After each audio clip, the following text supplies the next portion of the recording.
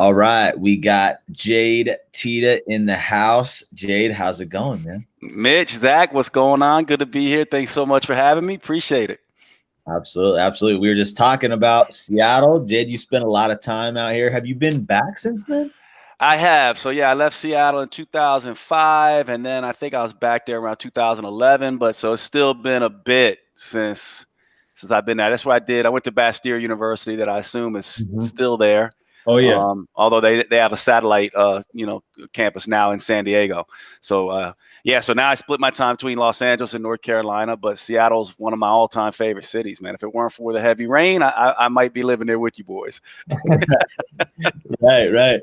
Well, that leads me into my question. So you're a naturopathic physician, Yeah. and I bet a lot of people have heard it but don't know exactly what it is. So Yeah. why don't you explain what that is, what you do?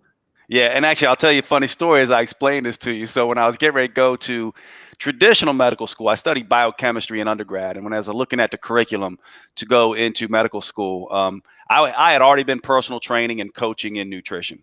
And so, when I started looking at the curriculum, for some reason, I just always thought that traditional medical doctors, MDs, had training in exercise and nutrition.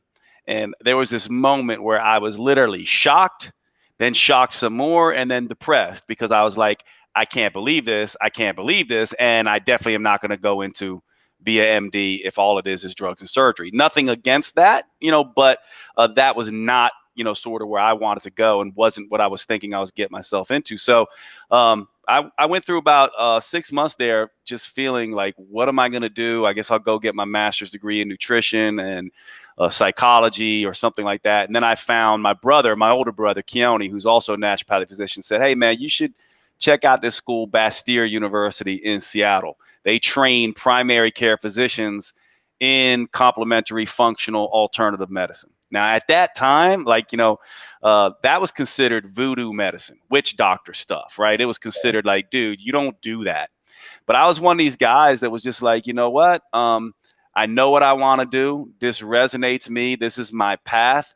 And I'm a very purpose driven guy. So I was just like, this is the direction I'm going in.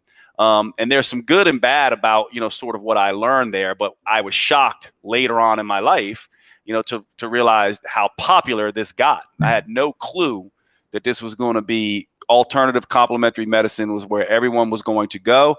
I also had no idea nutrition was going to be such a huge, it's almost like politics and religion now. Nutrition is just this huge sort of thing. And so it turned out to work sort of in my favor. But I will say one thing. And so for the listeners, just to answer Mitch's question, what is it? What is it that I do? Take your primary care doctor, the one you go see when you're feeling sick or you need your checkup, you need your blood labs. And instead of them specializing in drugs and surgery, they specialize in lifestyle medicine, diet, exercise, supplements. I have a license to practice medicine in Washington State still and California, and I prescribe everything but Schedule 1 and 2 drugs. It's just that we typically don't go to drugs first. Nutrition, lifestyle medicine comes, first. And so that's the sort of thing that you sort of need to know. And the final thought there that I'll say is that in my practice of this medicine, what I found is I am far more conventional than most any naturopathic physician you'll meet.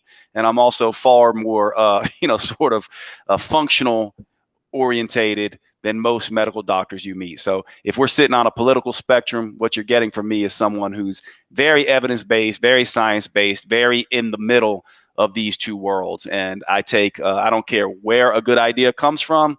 I take the best ideas. I'm only interested in what works, and I throw out the bad. So hopefully that gives everybody a good sense. And I think you, especially you two, Mitch Yeah. and Zach being from Seattle, you guys are probably more familiar than most in terms of what I do, but I think it's still for a lot of people, they don't quite understand it. Yeah, we see a lot of naturopaths out here, and I think it has become a lot more popular. And I think it's a lot better for a lot of people. It's what people need. Besides, like you said, it's kind of like funny because I went down the same path to become a physical therapist. I was like wanted to become an orthopedic surgeon. Then I realized I hated getting surgery myself. So why would I do that on other people? I like to do the exercise and stuff. So I kind of went down a similar path. And one of the reasons why we really love your message is because we also believe that like the mind is an important, powerful thing in rehab, fitness, success with nutrition. And I know your 3 pillars are mind, muscle, and metabolism. Yeah. So can you give the listeners like maybe 1 or 2 tactical things from each of those pillars that they could do today to help themselves be a little bit more healthy?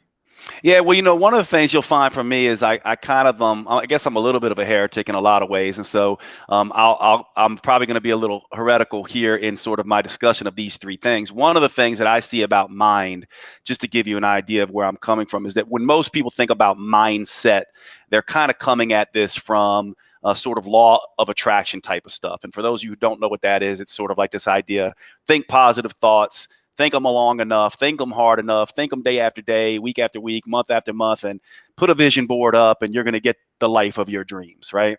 And for me, I kind of go, action comes first, right? I think our brain is watching us all the time, and it's judging us the same way we judge other people, in fact, more harshly. And so if you can do the thing, you're more likely to get your brain on board. And so I tend to put action ahead of thinking. And the reason why is because it's impossible to be engaged in a thing and not be also thinking the thing. And so when I think about mindset, I think actions in alignment with thoughts and beliefs. And so when I come after mindset, that's the kind of sort of bent that I take. When I think about, so to make that practical for everybody, what does that look like? Well, I'm a fitness guy, so I'll give you one practical example.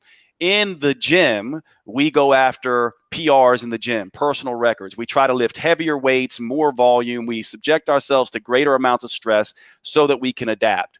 In mindset, in growth, I think it's exactly the same thing. And so what I do and what I teach and what I coach is that we seek out the challenge. It's not rise to the occasion, it's create the occasion. And so just like we have personal PRs, personal records in weight training, we have personal PRs in perception, in generosity, in kindness, in engagement.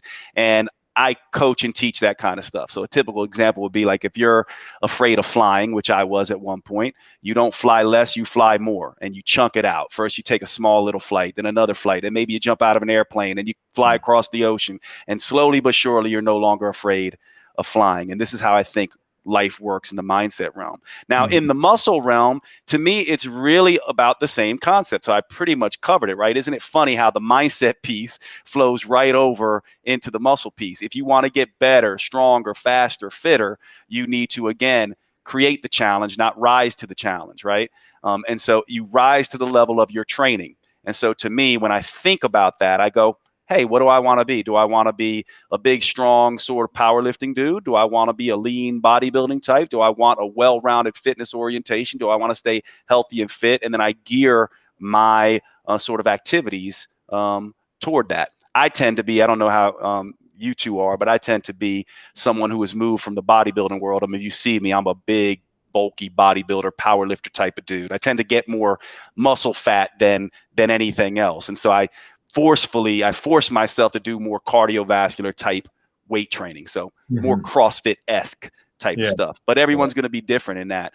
And then the final piece here is the metabolism piece. And to me, this is very simply the idea that each one of us, Mitch, Zach, Jade, all of you listening, right? We are uniquely different. This idea that everyone should be training the exact same way, eating the exact same way, to me, I think is wrong, not just wrong, but dead wrong. And I think we have all the data to sort of back that up. And so to me, I say we are each unique in our physiology. We are each unique in our psychology, our personal preferences, and our practical life circumstances. And if you're going to get the body to be healthy and do what you want it to do, you are going to have to be beholden to those 4 things and adjust your lifestyle and tweak and change and, instead of being a dieter, become a detective so that you can hack into your own sort of metabolism. And so that's how I come at each of these 3 areas. Love it. Yeah. No, and that, one thing that, and it's funny because I feel like we could do a whole podcast on each specific area, and I've got some questions about them. But one thing that really stuck out to me was I heard you on a podcast. I can't remember whose it was, but you talked about metabolic flexibility and metabolic toggles, and how the idea is like, you shouldn't, like, maybe you could go keto for a little bit, and maybe you should, and then you got to switch it up so that, you know, you always keep that metabolism flexible. Can you explain, like, what are some strategies for that, and how would someone go about doing that? Yeah. Well, you know, I tend to have these rules, you know, like this idea that if you really want to get to the bottom of understanding, right, there's this idea, and I'm sure you two have heard this, but there's this idea of first principles. And the idea of first principles is this idea that it's the simplest version by which nothing else can be chunked down. So it's sort of like this rule or this law that all else sort of flows down from. And so when we're talking about the metabolism, I think that we had our first principles wrong. Okay, so we first have to cover that. The first principle that we were using with the metabolism was metabolism as calculator, or metabolism as just an energy sort of calculator, right? Calories in, calories out. Well, if you use that as your first principle, and that's not the real first principle or reality of how the metabolism works, you're going to see a lot of failure. And so that model fails, and it fails miserably. And we know this because if you look at every single study that looks at the eat less, exercise more approach, it fails 90% of the time, and 66% of people end up fatter as a result of doing it. It has an atrocious record. Okay. Now, then you go, well, what first principle should we use then? Right. So some people have said, well, maybe we should call it a chemistry set. Right. And we should make it all about insulin and cortisol and all this kind of stuff. And maybe that will work. And what we found is that doesn't fare very well either. We kind of get the same outcomes. And again, the research is kind of clear on this. Take someone, put them on a keto diet, put someone else on a vegetarian diet, equate calories, manage the macronutrients, and you see that the outcomes are pretty much the same. And so now we're all left with a conundrum, and I'm going to present now towards Mitch's question. I'm going to give you another potential first principle. However, I'm not going to say it is the first principle because I honestly don't know, but I know it works better, at least in my clinical experience, than what we have been doing. And that first principle is that the metabolism is more like a thermostat or a stress barometer, because the thermostat model and the stress barometer model speaks to the changeable, adaptive, sensing and reacting mechanism of the metabolism. So if you have something that is changeable, adjustable, reactionary, and you do the same thing day in and day out, month in and month out, year in and year out, what do you think the metabolism is going to do? A system like that, it's already adapted. And not only is it going to adapt, but it's going to push back against you, which explains why 95% of people regain the weight. And so the idea then is to essentially say, well, how does the metabolism work? What do we know in the studies? What do we know anthropologically when we look at natural humans living in natural conditions? And what do we know from watching populations like bodybuilders and athletes and traditional Europeans, and looking at all the things that they've done, plus combining with the research? I think what we're now beginning to see is that the metabolism thrives when you change things up. And so the idea of trying to do eat less, exercise more indefinitely doesn't work. So maybe we need to create some other toggles, so to speak, that we can pull. Well, we can have the dieter model, eat less, exercise more. There's nothing wrong with that. We know it just doesn't work over the long run. So we know it works probably in the research, my best guess, and the three of us might be talking about this in a year and saying, hey, remember when you said that? It looks like this now. We have to let a science, sort of refine our approach. But right now it looks like after about 7 to 14 days for most people, the metabolism begins pushing back when you do eat less, exercise more. And that's largely because the calorie gap that is created is pretty big between calories in and calories out. Typically, it's 30% calorie reduction or greater, right? And so we can go the other way with that, where we can say, well, I get everyone knows what the dieter is. We can go pull another toggle, which is the eat more, exercise less toggle, which is the couch potato toggle. And that's creating a calorie gap in the other direction, right? 30% or greater intake than what we need and what we're putting out. And these two toggles are what people usually jump back and forth from. but we can actually put in 2 other toggles. One I call eat less, exercise less. And it looks a lot like the traditional Europeans and our great grandparents in the United States, great grandparents in the United States who farmed a lot, walked a lot, weren't out there doing high intensity interval training and sprint training and hoisting things and trying to do all that stuff. They were just moving a lot and eating sparsely, right? This works wonderful. And actually some of the blue zones, that we now talk about, these healthiest places on earth, typically are very eat less, exercise less cultures. And that calorie gap is more narrow now. And the calorie gap comes from food, not exercise. And then there's the toggle that the 3 of us probably love the most. And that is the eat more, exercise more toggle, or the athlete toggle. Again, now the calorie gap is coming mainly from exercise, not nutrition. Nutrition is used to fuel the output. And with this particular toggle, we can even go calorie excess and start gaining some muscle. So now if we have this new first principle of metabolism as a changeable, adaptable system, it necessitates new tools. And these new tools are these different toggles that, I am sort of talking about. Now, if you want, by the way, for those of you who are nerds, and I think Mitch and Zach are, and I certainly am, if you want to know, hey, Jade, where's this research coming from? These toggle concepts are mine, but if you want to go into PubMed and sort of look at what I'm talking about, search intermittent energy restriction, not intermittent fasting, intermittent energy restriction, and you'll stumble across studies like the Matador study and others that change the calorie intake and output in different segments. So for example, maybe 2 weeks you're in a calorie deficit and 2 weeks you're at isocaloric levels, right? So that would be 2 weeks in eat less, exercise more, and 2 weeks in eat less, exercise less, so to speak, and sort of jumping back and forth. And this seems to have a potential more beneficial effect. Now, clinically, I've seen it be highly effective.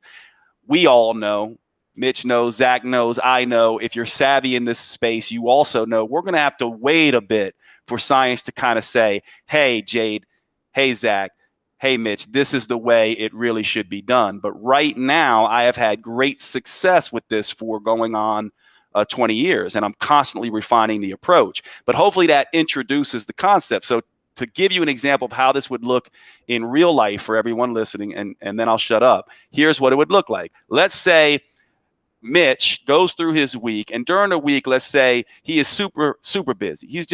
He's working hard. He can't keep, I don't know if you have kids and a wife or whatever, but let's say your life is just super busy. And so you decide during the week, you're going to do more of an eat less, exercise less approach. Maybe you're going to eat your first meal at noon and then have, sort of your biggest meal at dinner. And you're going to try to walk a lot. And maybe you're going to try to get in 2 workouts in that 5-day period.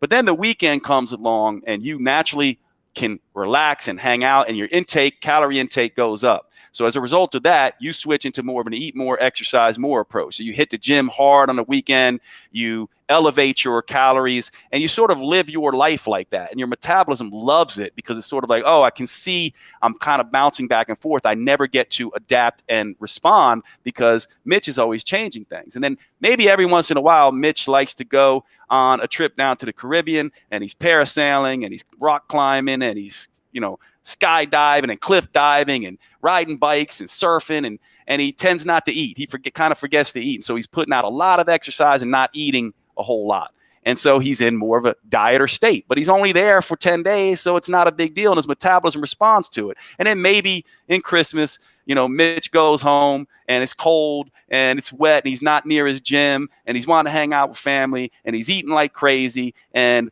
he's more in a couch potato sort of mode, but he's only there for 4 to 7 days. So it's not a big deal. And his metabolism deals with it just fine. And this is how it might look in the real world. And there's many, many different ways to attack it, but you can pull these toggles and therefore your metabolism never adapts. So hopefully that makes some sense in how people could apply these principles.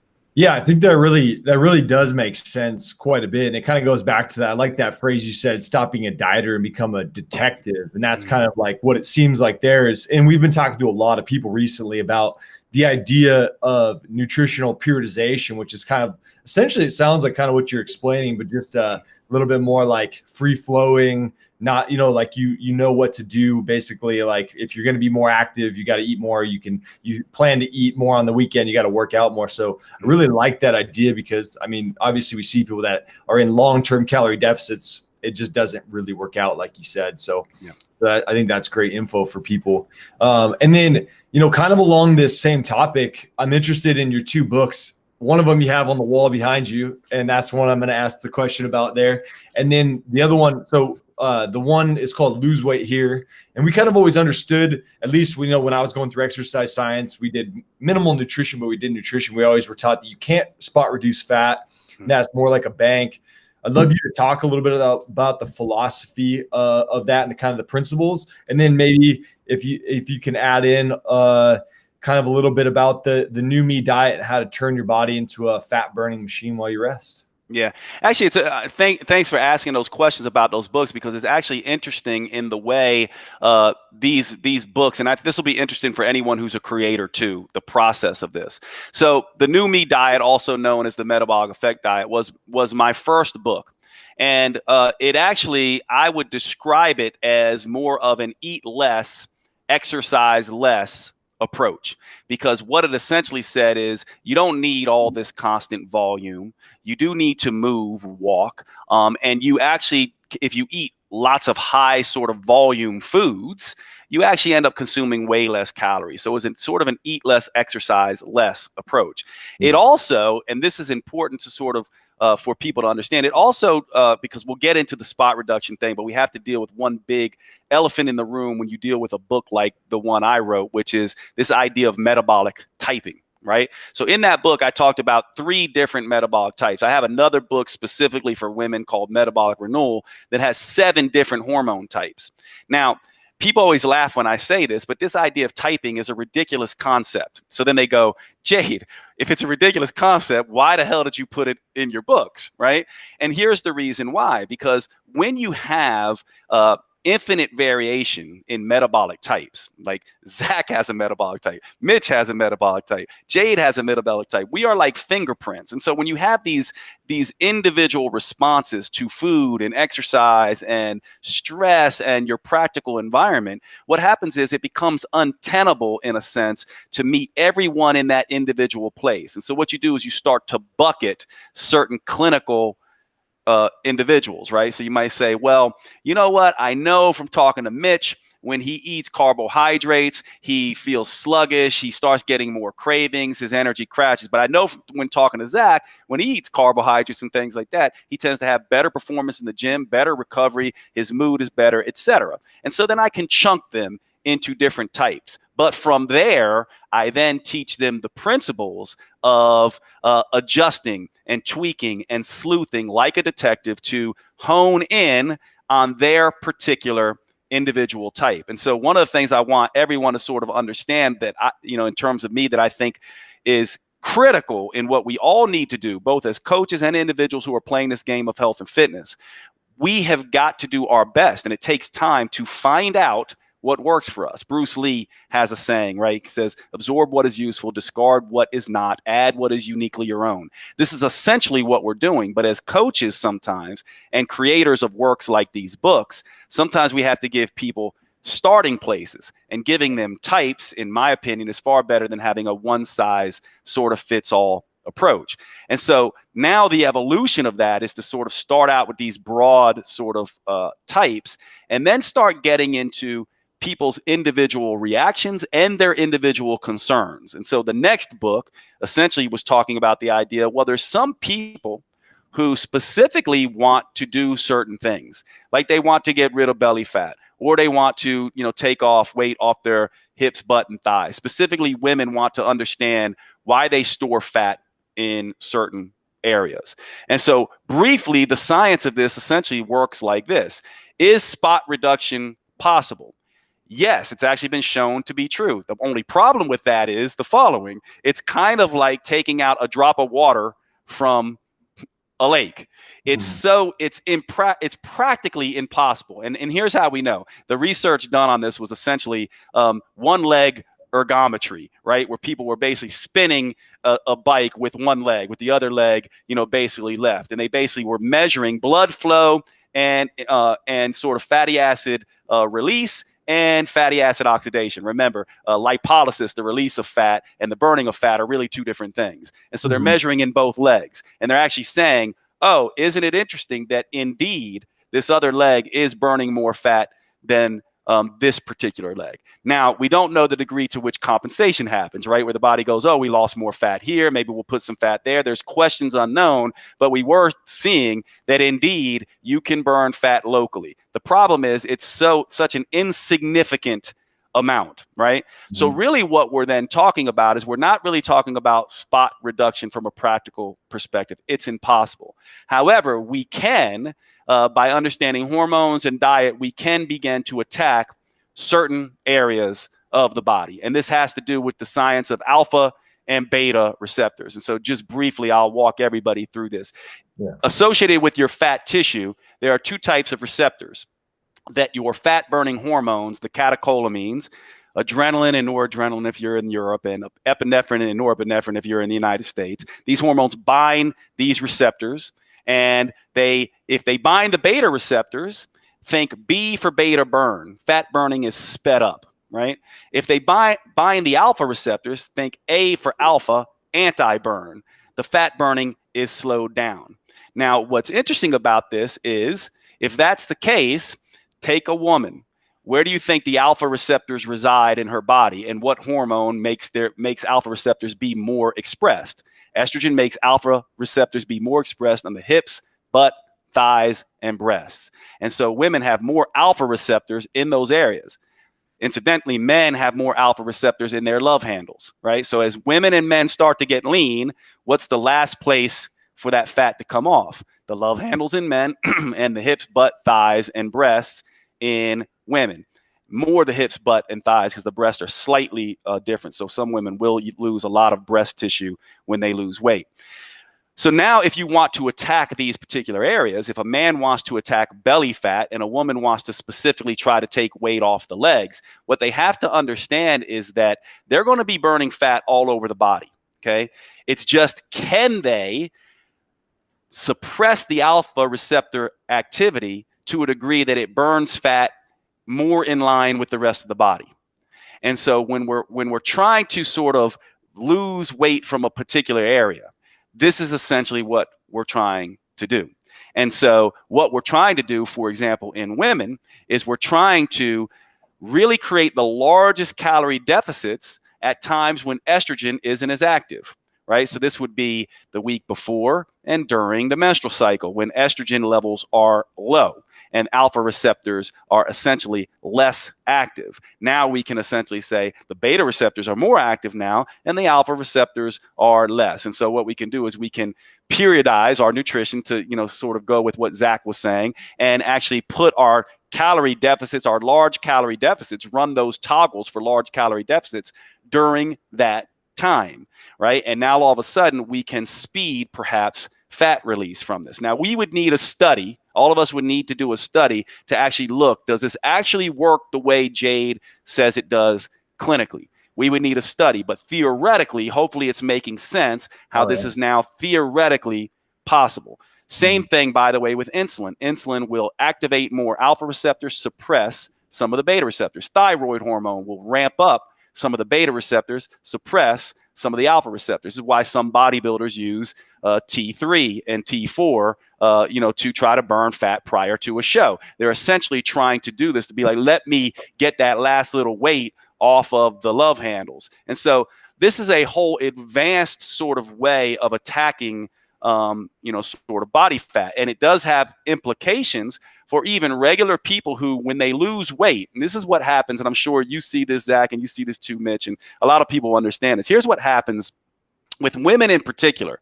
They lose weight, and what happens is if they're a regularly menstruating woman, they'll lose weight around the waist maybe, but their hips and thighs are losing fat too, because you're losing fat all over the body, but at a much slower rate. And so visually, it looks as if they have actually gained fat in their waist. They're becoming more of a pear shape. And this is why one of the reasons in my clinical practice, I would actually measure everyone's hourglass shape, waist to chest ratio, waist to hip ratio, and then see as they lost if those ratios were, how those ratios were changing, so that I wasn't making a larger pear a smaller, more pronounced pear shape. And I was using these techniques. And so all the science for that is in the book Lose Weight Here. Now, I'll say one more thing, and then I'll see where you guys want to go with this. Yeah. In reality, I wish I never really had written that book. One, I hate the name. And two, it speaks to this idea of celebrity type of nutrition and book releases. For most people, right, when you think about it, this stuff I just talked about is not something that most people even need to concern themselves with. It's so advanced. It's so sort of out there. So while it's fun to talk about and speculate for three guys like us, in the end, almost nobody who we would work with really needs this kind of stuff, except for, advanced fitness competitors who are doing very advanced things. So in a way, I regret, it was one of these ideas of, hey, let's put out a popular book. The first book was sort of a bestseller, and let's try to do another one. And it's one of the reasons why I have sort of moved away from traditional publishing, because there's sort of a little bit of this game. And by the way, not their fault, completely my fault. It's very cool stuff, but I worry about sharing this stuff because I kind of go, people get sort of overzealous about it and think it's like, when really I'm just like, hey, listen, get the basics down first. Most of this stuff's going to take care of itself. And then if you really want to tweak around the edges and you're planning on getting on a stage and have people look at your physique, and then maybe concern yourself with this. But this stuff's at the margins. And so I kind of went all over the place there, but I saw you guys nodding. So I think you were kind of like, yeah, Jade, I get it. No, I think that's such a good perspective to bring to it, because it's kind of fresh comparatively to, like, I think if you do look at the title of that book, you might go, oh, this guy's just another one of those guys that's talking about this, and absolutely. This. Like the perspective and the science you bring to this, and like kind of like, hey, it's not really possible how a lot of people say it is, but you could use this method theoretically. I can appreciate you applying science to something that was like, especially probably at the time when you wrote the book, like that was like people were trying to spot reduce fat left and right. You still see people with like belly wraps and like all sorts of devices to try to get rid of fat in certain places. So it's kind of, I think it's cool that you apply the science to it. So like, yeah, it's nice to know some of the science. It's nice to know, hey, here's what we're really talking about. Yeah. For sure. And I think I love the answer because it kind of gets into what I see you cover a lot now, which is the idea of being that next level human, which is, just admitting things, rather than like, no, I don't know what that book was about. You're like, hey, I wish I didn't do it, So talk to everyone what that means, though, because honestly, what really has always drawn me to your content is this next level human stuff. I really resonate with it, and I think it's something that we can all strive to do and have in our lives. But can you explain what that is to people? Yeah, thanks for that, Mitch. I appreciate it. It really comes down to this, man. I mean, here's one thing I know about you two dudes. You know it about me, and all three of us know it about every single person listening to this. We know that as humans, we have deep pain, deep struggles, deep hurts. If I sat down and talked to you and you talked to me and we really started getting close as friends, one of the first things you would want to know about me are my pain stories, right? Because we humans are fascinated with these pain stories, and we're fascinated with it for, I think, one key reason. We love the redemption story. We want to see how people manage their pain, manage their learning, and become better. And so what happens as we mature as humans is we tend to get stuck, in my mind, in certain things. I kind of break it down like this. Some of us are seeking power consciously or unconsciously. We just want to win. We've seen these types of people. They're contrarians. They're trolls. Sometimes they're neither of those, but they just can't admit when they are wrong. And so they get themselves into these untenable intellectual positions. We see it in politics a lot, right? It's just like, you support somebody, they mess up, you refuse to kind of be like, okay, I know I supported them, but I don't like what they're doing now, and I refuse to support them going forward. Instead, a lot of humans double down on their mistakes and stay entrenched, and they use their pain to attack other people. They're degraded by their pain. They pass their pain on. They become these, sort of assholes, so to speak, right? That these are the people that we call assholes.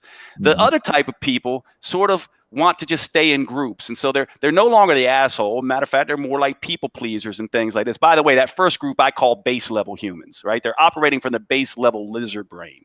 Then we have the middle group that is more the culture level human. This is the group that wants to go along to get along. They want to stay quiet. You'll see a kind of a weird dichotomy in their behavior. When they're around people who share their views, they're boisterous, they're loud, they get a little base level. But when they're around people who don't share their views, they're quiet, they acquiesce, they just want to go along to get along. And they are primarily concerned with popularity. So everything they do is about popularity. So if the base level humans are sort of the little kids throwing temper tantrums, just wanting power over their parents, then the culture level people are the adolescents just seeking status and popularity. And everything they do is all about what's Zach going to think? What's Mitch going to think? You know, what are people going to think when they see me doing this? This is sort of the culture level. And a lot of people stay stuck here.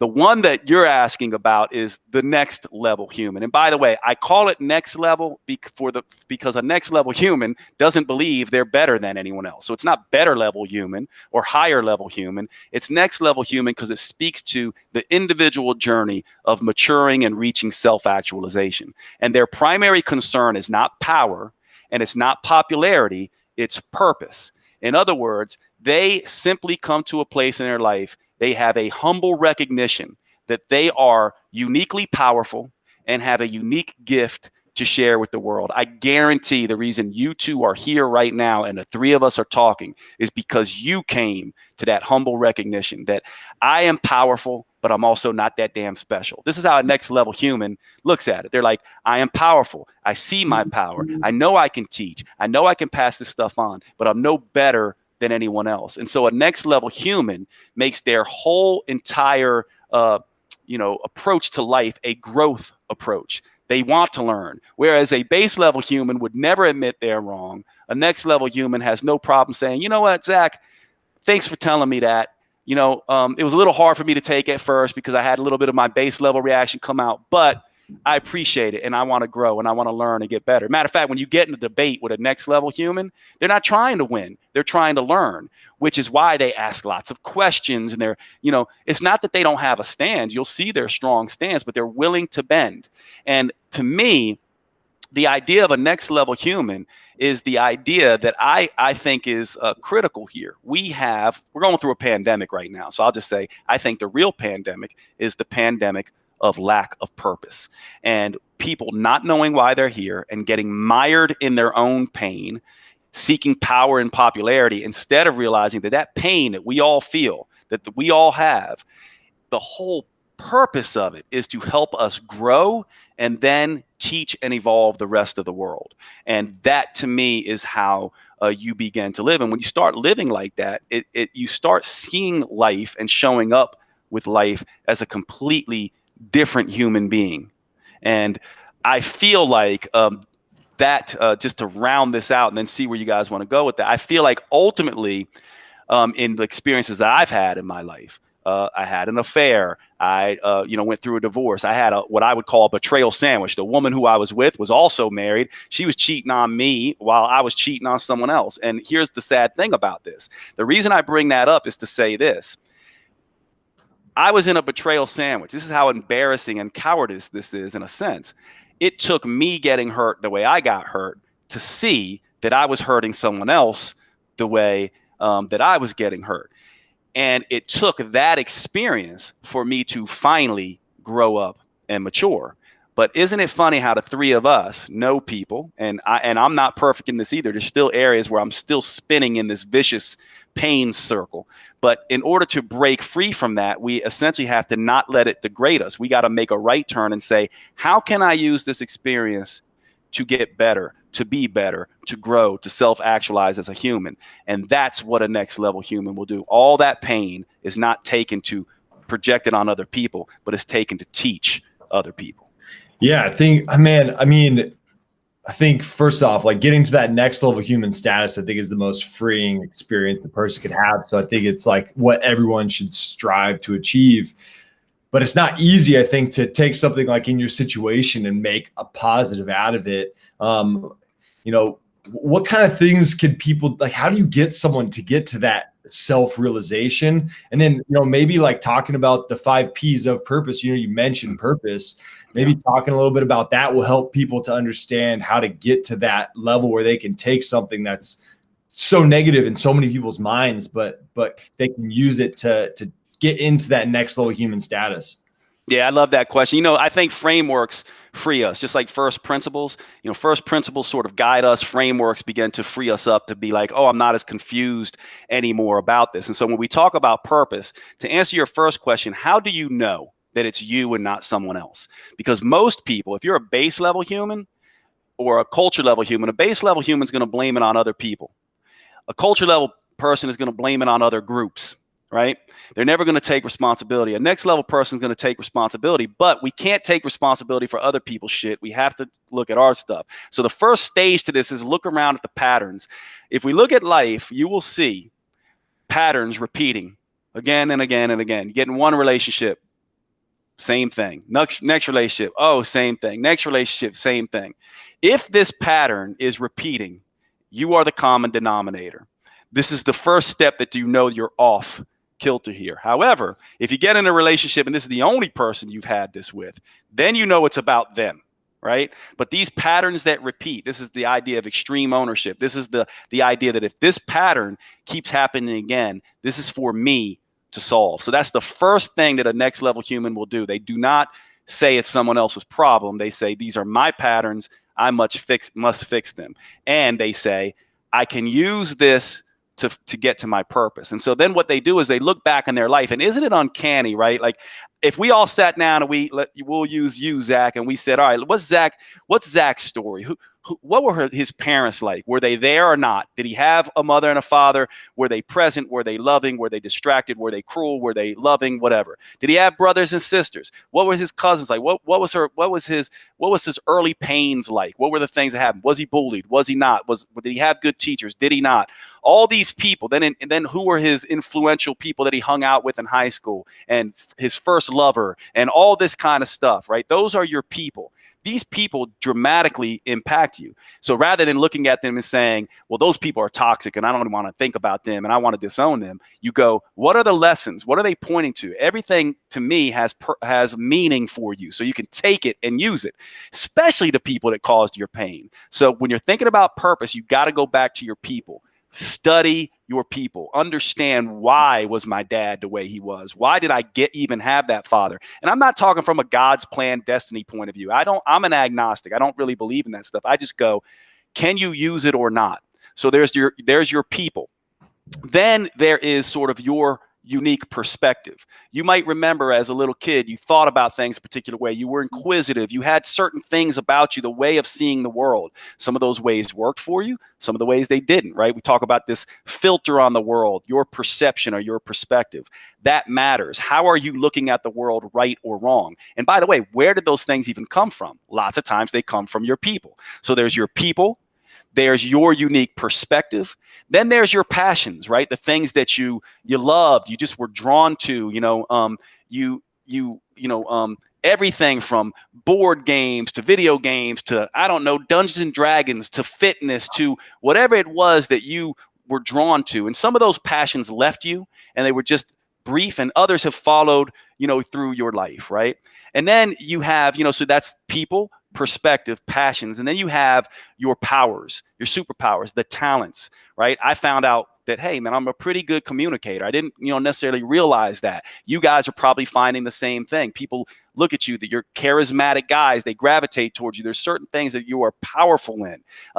You have a particular acumen. You need to own those things. And then finally, most importantly, your pain. Your pain, I think, is the most important thing, because your pain illustrates what you're probably most likely to teach. Remember, knowledge plus experience is wisdom. Pain is the best experience on the planet. And so when you take those 5 elements, your people, your perspectives, your passions, right, your superpowers, and your pain, what you now have is the makings of a spiritual fingerprint in the way that I describe it, where Zach has a unique experience that cannot be duplicated anywhere else by any other human on the planet. Those 5 things make him wholly unique and special. And that's why with a next level way of thinking, there's not a vertical hierarchy, right? It's not like I'm better than you because I got fancy cars and, this and that, or we're dealing with sort of, the awakening of George Floyd and Black Lives Matters as we're all having this sort of conversation. Not like black are better than white or white are better than black or Asians are better. It's not a better than thing. There's not a vertical hierarchy. A next level human says it's a horizontal hierarchy, so that Zach is absolutely so good at physical therapy, personal training.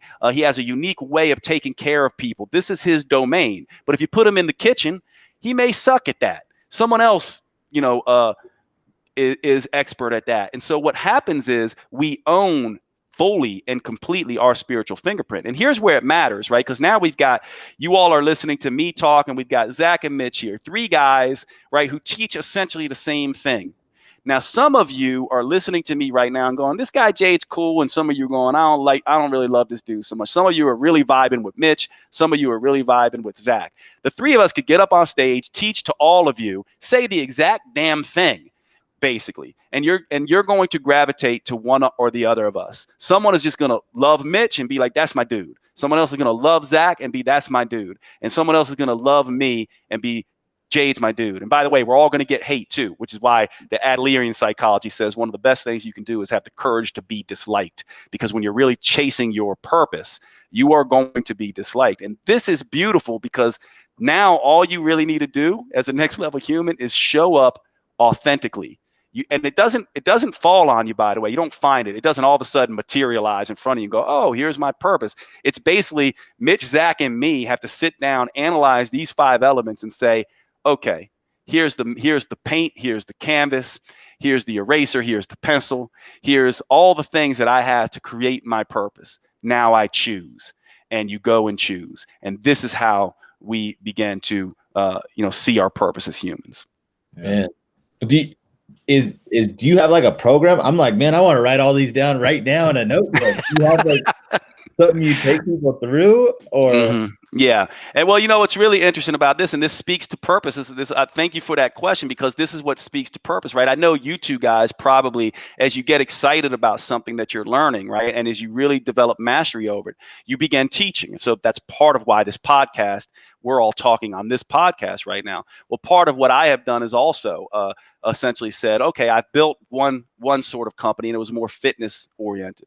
And now I'm building Next Level Human and actually going to teach coaches how to use these methods, essentially to create purpose coaches who essentially take people and teach them to do what the 3 of us are doing. Now, I know that the 3 of us, and I'll include myself in this, we're never complete. It's a work in process, right? Like we are purpose driven, but we're not purpose realized. And we don't, and that's kind of how life happens. And all 3 of us, like, we'll have periods of time where we feel very in flow and very in purpose. We're going to have other times where our pain comes back, our new pains emerge, and we're in agonizing sort of states. And we have to kind of figure this stuff out. And then we make another leap forward. And so, and to me, the way we solidify that is we create something out of it. And so, yes, I am creating an entire sort of curriculum out of this and writing the book called Next Level Human, because uniquely what I'm seeing, and this is what's really, really, this is where we get a little bit woo-woo.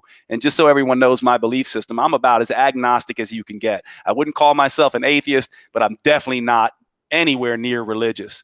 But I will get a little bit woo-woo here on you. And I essentially say, this to me is where the spiritual aspect of things begins to come out. Isn't it interesting that all of a sudden I have been gearing everything towards this direction and created this brand, Next Level Human, and then this is the way I look at the world. And then there's people who are, and I'm teaching it from an authentic point of view. And then I have people saying, Jade, I really want to talk to you about it. What's a book I can read on that? Where are you getting all this stuff from? I want this technology. And what's beautiful about that then, right, is then me and Mitch and Zach sit down. We teach each other our stuff. We grow from each other. So next thing you know, now Mitch has his model that incorporates some of my model, some of Zach's model, and it's a new, beautiful sort of formula that he passes on. And this is what the beautiful thing of purpose stacking is. What a lot of us will do, a Next Level Human also would say, not only do I want to teach Mitch this thing because he's excited about it. I want him to go and teach it in his own way. And I don't want credit or reciprocation for it. I don't even need acknowledgement for it, because when I'm in my authentic place, I am sort of I'm just playing my small little role in the world. And by the way, if I'm interacting with another next level human like Mitch, I'm absorbing from him. So it's almost like we link our brains up with a USB cable and download each other's stuff, and we're each enhanced as a result of it. Only a base level human is going to try to keep their secrets or be afraid someone's going to steal their stuff. They're going to want to pass it on. And so the reason I went through all of that, because I would say the final process in maturity, I have this sort of model that I use called the 6 powers. And the last power is the power of sharing. And to me, you cannot reach deep purpose until you get to the point where you are sharing your creations freely with the world without need for acknowledgement or reciprocation. And by the way, I just want to make this clarification, because when I say freely with the world, I'm a dude who loves money, makes good money, wants to make even more money. I mean, though, that what I do is I share it all. I hold nothing back. And then I realize there's always going to be someone that comes along and says, hey, man, I just love what you're sharing. Can you teach me more? And then I go, absolutely. And here's what I charge for that. Right. Yeah. And this is how it all sort of rounds out. And I know you guys get this because you're 2 teachers.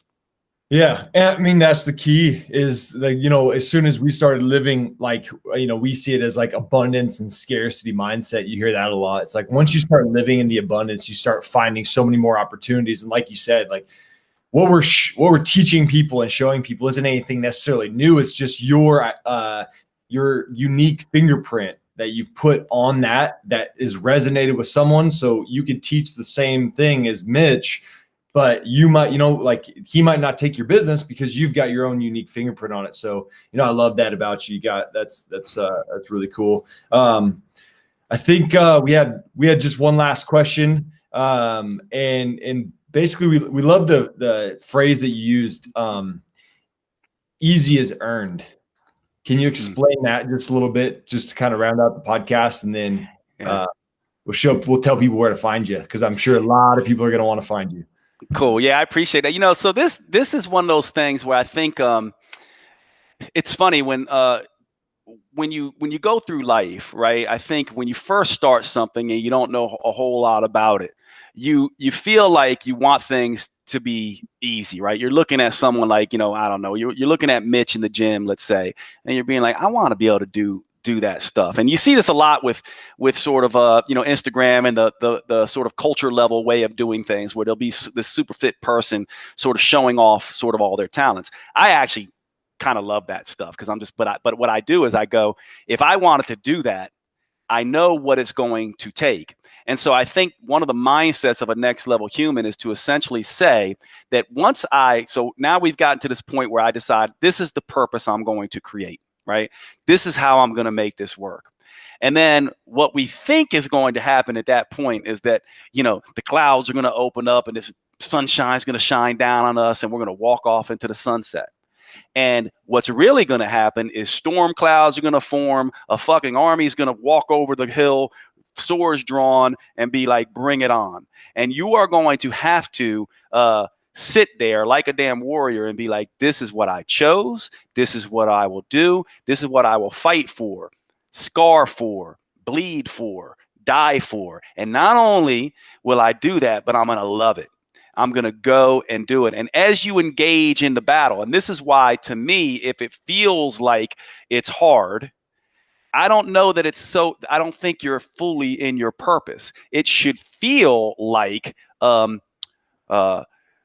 this state of a workout that is grueling, and anyone else in it would be, and you're feeling it and you hate it, and it is hard, but you love it. But you actually want to be there. You chose to be there, and you're going to stay there and finish, right? And that's this weird sort of feeling. And then what happens is, as you repeat that again and again, and it goes back to the very first thing we discussed about mindset, right? The idea of taking action, fire, then aim, fire, then aim. Don't rise to the occasion, create the occasion. Don't leap and the net will appear. Leap and weave the net as you fall. And as you begin to do that and learn this skill set, easy becomes earned. And next thing you do, you wake up one day and someone's like, damn, you make that look easy. And you're just like, damn, it is easy for me, but damn, was it hard? Sometimes we even forget how hard it was, right? And so the idea here is that what we do, we think we're living in this fairy tale world in all aspects. We meet a new lover and we think we're going to ride off into the sunset and be happy. Then immediately what happens? The battle comes out, the dysfunction comes out. Yeah, you learn something about yourself and then you're like, what happened? Life happened. Or you're going along and everything's great and money's wonderful, and then you get in a bad accident and have to take time off work and your car needs to get fixed and everything else. What happened? Life happened. And and with the mindset of easy as earned is essentially saying life is going to happen and I am not going to blame and complain. I'm not going to whine and wallow. I'm going to step up and say life just happened, now I got to happen back. And it doesn't mean I'm going to love it every minute, but it means that I see the growth potential in it. And over time, it becomes easy. Over time, it becomes easy. But I'll tell you how to know when you're in the next level state versus the culture level state versus the base level state. Go back to that whole pattern concept I talked about before. If it's getting harder, if you're constantly banging your head up against the wall, then you know that you're not in the easy as earned state, right? Now you know that you are actually performing to be popular or you are fighting to win. And that is a very different state. And by the way, I find myself in that state sometimes still in life. And then you have to go through the same process again. I was having a conversation with Luca Hocevar on his podcast. Yeah, and we were talking about this. Okay, yeah. And I loved that conversation because we were talking about, the game Super Mario Brothers that we all used to play. And, you got to go through these levels and you got to figure out how to beat that boss, flip around twice, jump up and down 3 times, shoot 4 fireballs, and finally you beat the thing. But then you run on to the next level, and if you die, you got to go back to the other level, and you have to do it all over again. And pretty soon, level 1 is like you run through that stuff like no problem. Oh, I know a mushroom's going to pop up here. I know a fireball is going to shoot over here. I know what that's going to be about. And now it becomes easy, and this is how we progress in life. But most people's mindset wants to be like, come on, just give me the answer, Mitch. Just give me the answer, Zach. Just give me the answer, Jade. And only thing we can do, and all of you listening, is to essentially say, if you want this life, realize that it's going to be tough. And by this life, I don't mean my life or Mitch's life or Zach's life. I mean the life that you sit back and say, this is what I want to create out of purpose. Be willing for it to evolve. Be willing for it to be hard. Be willing to deal with the pain. Just know what you're suffering for. Life is dukkha. It's a Buddhist saying, which means life is suffering. All you have to do is decide what you're going to suffer for. And when you do that, you earn your easy. And one day you'll look back and be like, that was the best time of my life. It was the hardest time, but the best time. And isn't that ironic? Yeah. No, man. I knew we would resonate with everything you're saying just from past conversations, but I'm really happy that we got to do this and connect, because I got to listen back to this because I was just like trying to take notes and all that. And I'm sure everyone else is, but where can you direct people who want to hear more? Where can they go to hear more about you? I think I always say Instagram. I think you guys hang out on Instagram, right? So I'm at Jade Teta on Instagram. Lately, I've been off of it a little bit just because I've been traveling. But DM me there if you have questions. I do my best to try to answer everyone's questions. I always say it takes me a while to get through them because I'm getting a lot of DMs. But check me out there. Jade Teta. .com is sort of my website. If you're interested in a lot of the mind, muscle, metabolism stuff, it's all there, but it's mostly next level human stuff, mindset stuff at jadeteta.com. And then for those of you who are interested in what I'm doing now with my metabolism stuff, Metabolic Living is the name of the company where I'm doing most of that work. And that's, I know a lot of people who are more high end, sort of advanced in this field, like us three. It's not necessarily going to vibe with you all because it's basically for the masses, that particular company. It's for, sort of, the people who are just getting into learning this stuff. But it still has some use there, but I would spend most of my time jadeteta.com and at Jade Teta. And guys, seriously, thank you so much. I'm always like, to me, it's an honor. It's it's I'm flattered that you would even have me on. So thanks for the work you're doing. Hey, we appreciate it. We enjoyed the time. We're excited for the Next Level Human book to come out. So when you get that book going, we'll get you back on and we'll talk about it. Yeah.